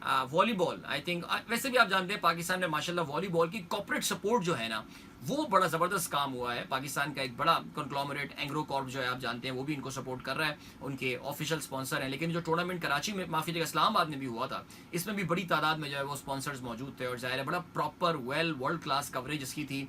So many sponsors were there, and of course trans media जो बड़ा ग्रुप है वो इसको हैंडल कर रहा था, सारी marketing and all and sponsorships. So well done to them and well done to Pakistan volleyball team. God speed guys, God speed. चलें जी आगे बढ़ते हैं जल्दी से आप लोग के मैसेजेस पे. अब कुछ नजर डालते हैं, पहले इंडियन इलेक्शन पे नजर डालते हैं. जैसे मैंने आपको बताया था जी, ट्रेंड्स जो इस वक्त आने शुरू हो गए हैं और जो 440 seats, 441 seats out of 543 seat से जो है वो ट्रेंड आ गए हैं. और अब तक जो ट्रेंड आए हैं उसके मुताबिक एनडीए जो मोदी जी हैं वही गवर्नमेंट बनाएंगे, वही सरकार बनाएंगे. लेकिन बज़ाहिर ऐसा लग रहा है कि वो अब की बार 400 पार वाली जो कहानी थी, 400 तो रहने दें, इस बार तो ये 350 सीट्स भी जीतते हुए नजर नहीं आ रहे हैं. सो ऐसा लग रहा है कि जो एग्जिट पोल के नंबर आए थे वो थोड़े से नहीं बल्कि काफ़ी ज़्यादा ऑफ नज़र आ रहे हैं. बिकॉज जो एनडीए जो कि नरेंद्र मोदी की अलायंस है, they are losing on 32 seats जो इनके पास पहले हुआ करती थी, उसमें वो 32 सीटों पे जो है वो इस वक्त पीछे हैं. और जो राहुल गांधी का इंडिया अलायंस है, it is ahead in 64 seats. वो 64 सीटों में 66 हो गई अभी as I was talking. So 169 seats पे अहेड है. It's a gain of 65, it's 168 seats, it's a gain of 65 seats. और नरेंद्र मोदी 2 के जो अलायंस है एनडीए, वो 260 सीट्स पे आ गए, which is a loss of 32 seats compared to previous election. So अब सिर्फ 98 सीट्स से जो है वो ट्रेंड्स आना रह गए हैं. So these are initial trends, याद रहे जी. और यहाँ पे जो है वो काफ़ी इंटरेस्टिंग सूरत हाल है. बिकॉज ऐसा लग रहा है कि वो जो ख्याल था कि वो जो एक एब्सोल्यूट लैंडस्लाइड राउट होने वाला है इन इलेक्शंस में, वो शायद ना हो. And Indian opposition has put up a decent fight. जो मोदी के उनके जो मेन एरियाज थे, जिसमें उनकी एक सर्टन, जैसे हिंदी बेल्ट कहा जाता है, जिसमें ऑफ कोर्स यूपी है, बिहार है, छत्तीसगढ़, राजस्थान, ये मध्य प्रदेश, यहाँ पे ये छाए हुए हैं इस वक्त. हाउएवर यूपी में कुछ दरार ज़रूर नज़र आई है. और यूपी में जो समाजवादी पार्टी एक है इनकी, अखिलेश यादव की, वो काफ़ी सीट्स उन्होंने गेन की हैं from BJP. So the alliance is working out there. So it's a very interesting situation right now. ज़ाहिर हम इस पर ज़रा नज़र रखेंगे. In fact SP, Samajwadi Party, has gain 13 seats, wow, and BJP has lost 10 seats there. So interesting developments there. और अभी जो है जल्दी से आप लोग के मैसेजेस पे भी हम नज़र डालते हैं. और फेसबुक पे भी आप लोग काफ़ी सारे मैसेजेस आए हुए हैं. And there are some messages there as well. Uganda playing Afghanistan spinners really well. Uganda playing Afghanistan spinners really well. थोड़ी देर पहले मैंने स्कोर देखा था तो फिर वो इतना वेरी वेल तो नहीं खेल रहे. 47 रन पे 7 खिलाड़ी आउट हो गए. अब अच्छा बैक टू बैक अभी 2 खिलाड़ी आउट हो गए. देखें जी, फजल यार मुसीबत, फजल हक फारूकी मुसीबत बन गया. वो स्पिनर की तैयारी करके आ गए थे, लेकिन यहाँ तो उन्होंने सारी विकटें अपने फास्ट बॉलर्स को जो है वो फेंक दी हैं. ये हमारे AB42 भाई ने मैसेज किया था. Congratulation Pakistan volleyball team, Nasir Hussain साहब कहते हैं. और इसके अलावा कहते हैं happy summer vacations. This happens when the entire home is converted into a playground. और it is not the first occasion, not will be the last of the. अच्छा, ट्यूब लाइट फॉलिंग. ओके चलें sir, good हो गया. Uwais Yusuf appointed as the CEO of Procter and Gamble Pakistan. He is N MBA from the Royal Holloway University of London. Owais is an experience. चलें जी, thank you so much, बहुत शुक्रिया आपने हमारे साथ ये अपडेट शेयर की. जीशान बेग साहब, Procter and Gamble Pakistan, they have got a new CEO. इसके अलावा please add another super legend in the list of people who were born in June. Maulana Fazlur Rahman, माशाअल्लाह. मौलाना Fazlur Rahman was born on the 19th of June 1953. All right. अरे मौलाना is still just he's just 71. He'll turn 71. Okay. चलें जी, और क्या scene है. यार Facebook के messages में शामिल नहीं कर पाया अभी फ़िलहाल, लेकिन ज़रा देख लेते हैं. काफ़ी सारे दोस्तों के मैसेजेस वहाँ पर आए हुए हैं. अभी एक सेकंड जी. Most recent message. अच्छा जी, रमज़ान अली साहब, थैंक यू सो मच. कहते हैं 3 things to avoid in life: Hari, worry and करी. अरे यार चलें, करी हटा जो तो बच क्या गया. रूसा इजाज कहती है informative and interesting choice always. Thank you so much. Faheem कहते हैं हमारे अक्सर रेडियो और TV चैनल के न्यूज़ कास्टर उर्दू की तलफ़ुज़ अदायगी से बेबहरा हैं. उनकी तरबियत का खातिर ख्वाह इंतज़ाम होना चाहिए. सर ये अब वो रही नहीं है. उर्दू के तलफ़ुज़ या सही तलफ़ुज़ में उर्दू पढ़ना एक प्रायोरिटी जो है ना, वो अब रही नहीं है. तो इस वजह से आपको पता है कि इस पर ज़्यादा ध्यान जो है वो दिया नहीं जाता. ज़्यादा मेरे ख्याल से आई थिंक जो अपीयरेंस है उस पर ध्यान दिया जाता है। A women scientist has just been voted as the next president of Mexico. जी बिल्कुल, हमने इस हवाले से बात की थी। और अली आतिफ सईद साहब, फ़हीम अली खान कहते हैं, bro I think ICC should not allow minnows to take part in international tournament, not more than 2 non test playing nation. नहीं, मेरे ख्याल से आई थिंक ये गलत बात आप कर रहे हैं। आईसीसी ओडीआई क्रिकेट में आपको पता है कि इनको मौका नहीं देता, लेकिन यार आप छोटी टीमों को जब तक वर्ल्ड लेवल पे आके खेलने का मौका नहीं देंगे, देखिए वो कोई मेन राउंड में तो अभी नहीं ना, वो सुपर 8 या सुपर 14 या सुपर 12 में तो नहीं खेल रहा है। What they are playing in 20 teams हैं, उसमें जब तक आप इन छोटी टीमों को मौका नहीं देंगे। अब आप देखिए कि पापुआ न्यू गिनी ने जो है ऑलमोस्ट अपसेट कर दिया था यार, फंसा दिया था मैच उन्होंने यार। तो मैं इस बात से डिसएग्री करता हूँ, आईसीसी ओडीआई क्रिकेट में उनको अलाउ नहीं करता। बट बहरहाल चलें जी, आगे बढ़ते हैं। Welcome back guys, एक बार फिर से आपको खुशामदीद कहते हैं। This is the Sunrise show with me Adeel and good morning. इन दोस्तों ने प्रोग्राम अभी ट्यून इन किया है। अच्छा भाई, हमारे दोस्त रिजवान जकी साहब ने पूछा, भाई ये बताएं ये मालदीव्स क्यों ट्रेंड कर रहा है पाकिस्तान में। ये मालदीव इसलिए ट्रेंड कर रहा है बिकॉज मालदीव की सरकार ने परसों ये ऐलान किया कि इसराइल के अगर आपके पास इसराइल का पासपोर्ट है तो आप मालदीव्स ट्रैवल नहीं कर सकते। This is a no go areas for the Israelis now, क्योंकि आप जानते हैं कि वो गजा में जो वी ऑल नो कि हर देखो यार, जो मुल्क है अपने तरीके से कुछ ना कुछ तो प्रोटेस्ट कर सकते हैं। So Maldivian style of protesting is के यार बस इनफ ऑफ इजरायली टूरिस्ट, हमें नहीं चाहिए इजरायली टूरिस्ट, आप यहाँ पर ना आना। बल्कि इजरायली गवर्नमेंट ने, बाय द वे मैं कल ये पढ़ रहा था शाम में कि इजरायली गवर्नमेंट ने तो अपने जो डुअल नेशनल सिटीजन्स हैं उनको भी ये बात बोली है कि आप किसी और मुल्क के पासपोर्ट पे भी जो है वो फिलहाल मालदीव्स का दौरा ना करें, उस मुल्क ना जाएं, क्योंकि वहाँ पे आपको मुश्किलात जो हैं वो पेश हो सकती हैं। सो रिजवान साहब, this is the reason why Maldives is trending in Pakistan right now. चलें जी, ओके ये हो गई बात। अब जरा बात कर लेते हैं पाकिस्तान की मईशत के हवाले से। कल पाकिस्तानी मईशत, जहाँ तक नंबर्स का ताल्लुक है, स्टैट्स का ताल्लुक है, it was a very important day yesterday because Pakistan में अफरात ज़रिया इन्फ्लेशन का एक नंबर सामने आया। और कहना ये चाहिए, द मोमेंट व्हेन नंबर केम, तो मेरे सामने जब ये आया नंबर तो मैंने भी ज़रा अपनी आंखें मली और साफ़ किया और मैंने कहा चेक करूं कि सही नंबर में देख रहा हूँ या नहीं देख रहा। बिकॉज पाकिस्तान में पिछले 30 महीने का 30 मंथ्स का जो है ये लोएस्ट इन्फ्लेशन का नंबर सामने आया है, विच इज़ 11.8% पिछले महीने के मुकाबले में। जैसे आप मंथ ऑन मंथ इन्फ्लेशन कहते हैं, it is down by 3%। Pakistan की तारीख का ये दूसरा सबसे बड़ा ड्रॉप है मंथ ऑन मंथ इन्फ्लेशन का। और ये एक हुकूमत के लिए this is a good news of course. However, just full stop, अभी मुकम्मल गुड न्यूज़ नहीं है because let's just wait. However, this has put additional pressure on state bank of Pakistan right now. लोग ज़ाहिर आप जानते हैं इन्फ्लेशन का और इंटरेस्ट रेट्स का चोली दामन का साथ है। और पिछली जो मॉनेटरी पॉलिसी स्टेट बैंक ने अनाउंस की थी, मॉनेटरी पॉलिसी कमेटी की जानिब से जो अनाउंसमेंट आई थी, उसमें ख्याल यही था कि जी इंटरेस्ट रेट में कमी कर दी जाएगी। एक बड़ा ओवरवेलमिंग बिलीव था मार्केट में, लेकिन स्टेट बैंक ऑफ पाकिस्तान ने अपनी बड़ी हॉकिश स्टैंस को जो है वो मेंटेन किया। तो उन्होंने कहा था नहीं बढ़ाते, हम नहीं करते कम इंटरेस्ट रेट, जो करना है तुमको कर लो यार, नहीं करते हम इंटरेस्ट रेट, ठीक है जी, कम।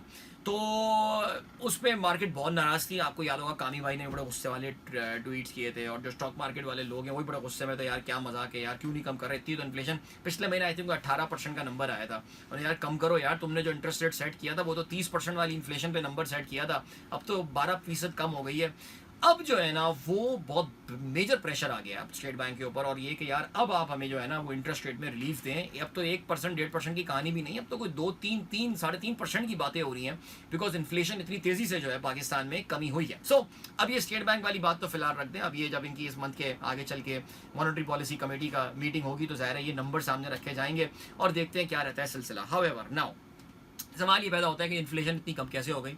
तो सबसे पहला सवाल तो आप ये समझ लिए, इन्फ्लेशन कम होने का मतलब हरगिज़ ये नहीं है कि चीज़ों की कीमतें कम हुई हैं।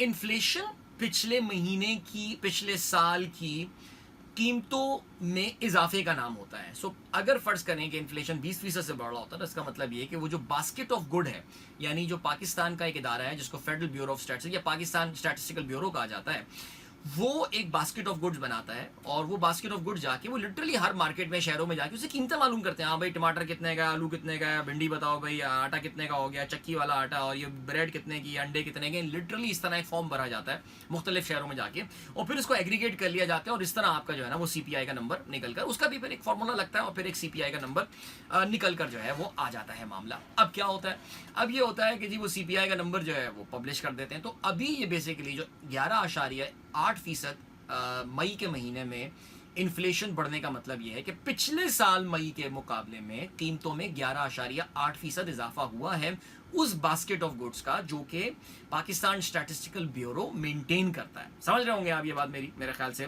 तो लेकिन कुछ चीज़ें हैं जिनकी काफ़ी ज़्यादा वेटेज है और उनकी कीमतें कम हुई हैं। नाउ मैं कल यूट्यूब शो में ही बता रहा था, इत्तेफाक से ही मैं परसों आटे का थैला 5 किलो का लेकर आया, तो हमारा वो महीना उसमें निकल जाता है, चक्की का आटा।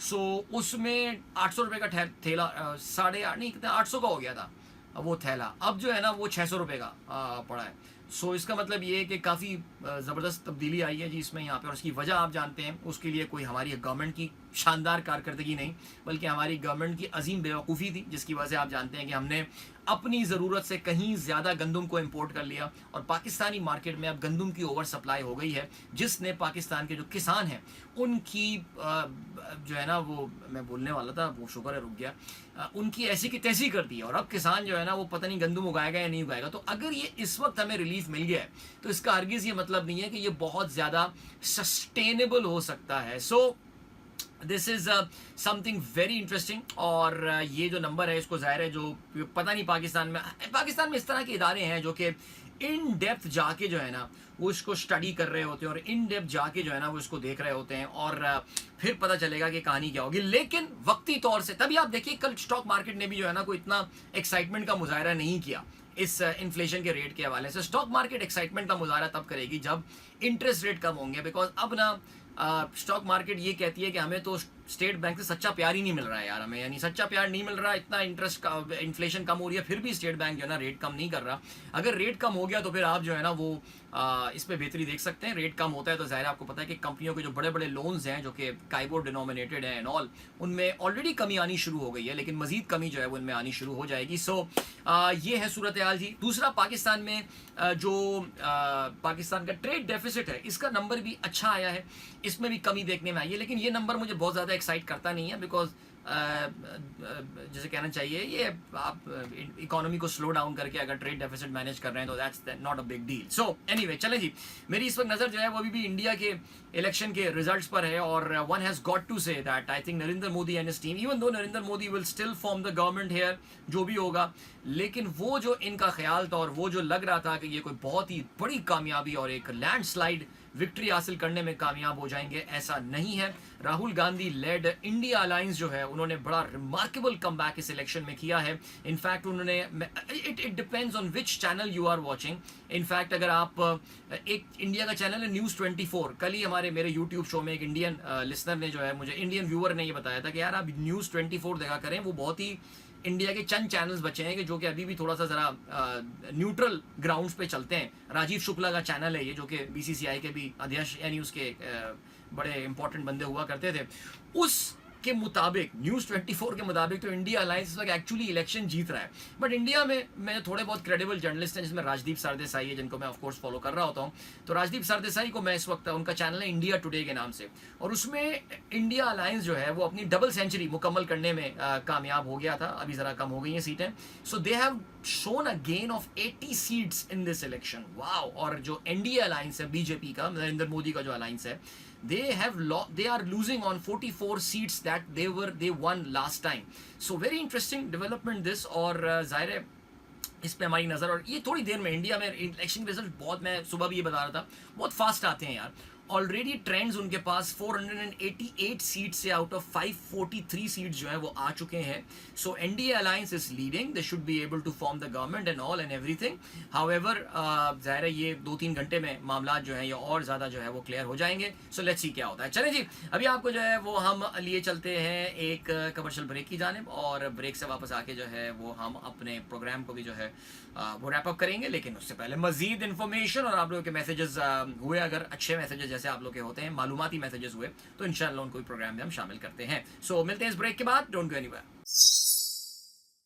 Welcome back guys, एक बार फिर से आपको खुशामदीद कहते हैं। This is the Sunrise show with me Adeel Azhar and yes good morning. जिन दोस्तों ने प्रोग्राम अभी ट्यून इन किया और जो लोग सुबह से मेरे साथ हैं, आपको पता है उन्होंने कितनी चीजें सीख ली हैं सुबह सवा। आज तो भाई ने साइन इन भी जल्दी कर लिया था, सुबह 7:15 से पहले से आज मैं बैठा हुआ हूँ और कितनी सारी बातें यार। बाकी कभी कभार मैं सोचता हूँ the things that we discuss, thanks to you guys, because अरे आधे से ज्यादा डिस्कशन तो आप ही लोग ट्रिगर कर रहे होते हैं ना। So thank you so much guys, you guys are great. चलें जी भाई, अफगानिस्तान ने ना सिर्फ ये मैच जीत लिया युगांडा के खिलाफ, बल्कि एक बहुत बड़ी कामयाबी उन्होंने हासिल कर लिया। 125 रन के मार्जिन से वो ये मैच जीतने में कामयाब हुए हैं। 184 रन का टारगेट जो चेस कर रही थी युगांडा, वो चेस करते करते उनकी पूरी रेजिस्टेंस, या रेजिस्टेंस तो नहीं बोलना चाहिए इसको, लेकिन 58 रन पे ही जो है वो इनकी पूरी टीम बाहर हो गई है। और the net run rate benefit that Afghanistan has got is the mammoth 6.250 man, that is really going to help them. Remember मैंने आपको बताया था ये ग्रुप सी जो है ये ग्रुप ऑफ डेथ है यहाँ पे, और इसमें अफगानिस्तान, वेस्ट इंडीज और न्यूजीलैंड में से 2 टीमें क्वालिफाई करेंगी, एक टीम घर जाएगी।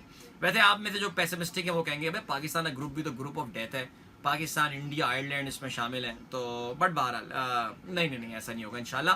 सो चलें भाई, ये हो गई सूरत। भाई साहब आज 2 मैचेस होने, आपको मैं जल्दी बताना चलूं just in case you don't know. आज नेपाल और नेदरलैंड एक दूसरे के आमने सामने 8:30 बजे आएंगे, और उससे पहले defending champion England will be kick starting their campaign against their northern neighbours Scotland, और ये मुकाबला ब्रिजटाउन बारबाडोस में होने वाला है। ये 7:30 बजे पाकिस्तान टाइम ये मैच होगा। चलें जी कुछ जरा बात कर लेते हैं गजा और इसराइल के हवाले से। इसराइल की हुकूमत ने आज ये ऐलान किया है कि जो उनके, वैसे यार वाकई सीरियसली स्पीकिंग मैं कभी कभार ये बात सोचता था, मुझे ऐसा लगता था कि यार इसराइल ने जिस तरह की वहशियाना बमबारी गजा पे की है, वो जो उनके यरगमाली थे उसमें कितने तो इसी बमबारी में ही मर गए होंगे। और आप देखिए हर गुजरते वक्त के साथ जो है वो ये बात सामने आ रही है कि जी हमें इसकी बाकियात मिल गई हैं, इसकी बाकियात मिल गई हैं।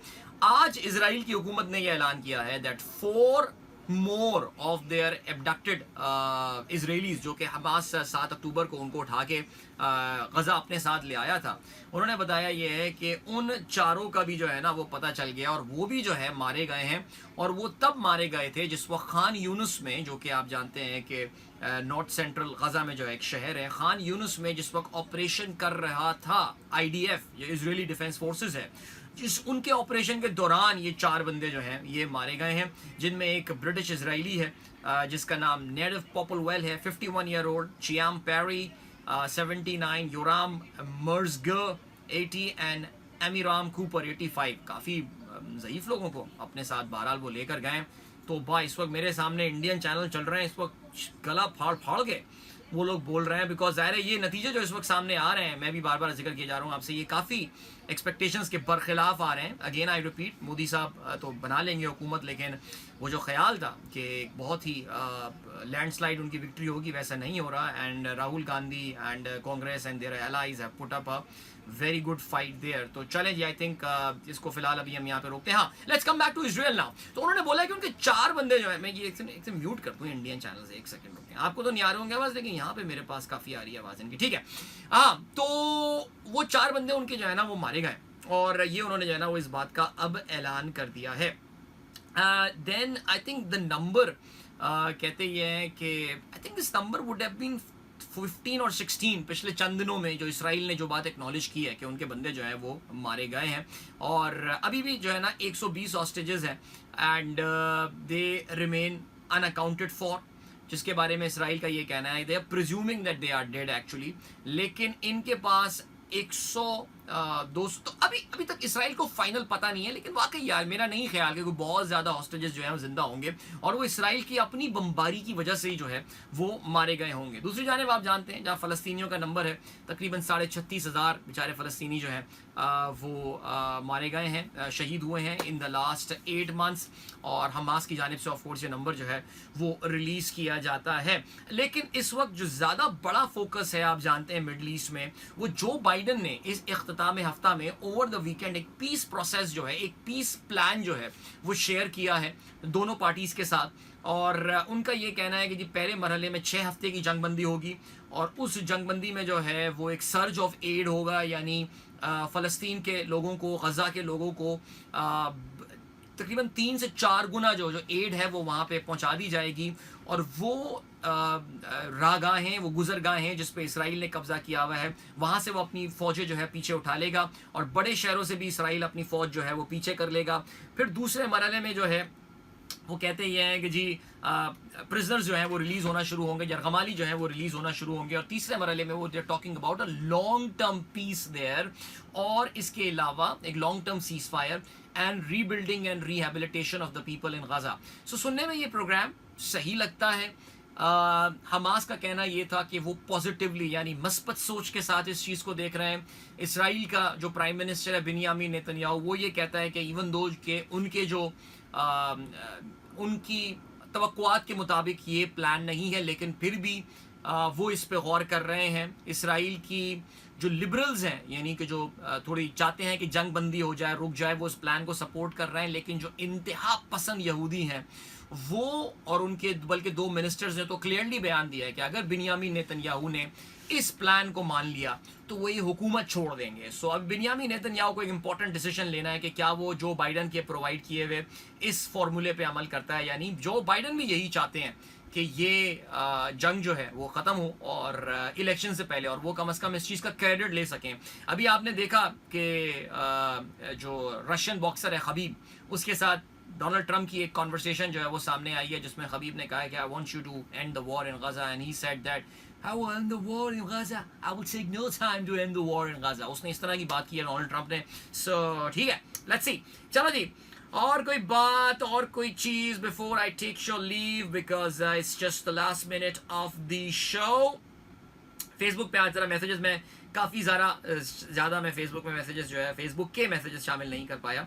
आई am very sorry about that guys. So really sorry. कौन थे? Can Muslim of India form government in any province of India? हाँ, जम्मू एंड कश्मीर में मुसलमान बनाते हैं। Lakshadweep is a Muslim majority union territory of India. So ये 2 जगह हैं जहाँ पे मुसलमान मेजॉरिटी में हैं, तो वो बनाते हैं, बिल्कुल वहाँ पे अपनी हुकूमत बना सकते हैं, क्यों नहीं बनाते हैं। चलो जी, और नहीं बस यहाँ पे रुकते हैं। इंशाल्लाह वक्त आ गया, आप लोगों को इजाज़त लीजिए, अपना बहुत बहुत ख्याल रखिएगा गाइस। इंशाल्लाह कल सुबह फिर होती है मुलाकात। Till then goodbye, God bless, अल्लाह हाफिज़ एंड पाकिस्तान जिंदाबाद। This is Mira FM 107.4.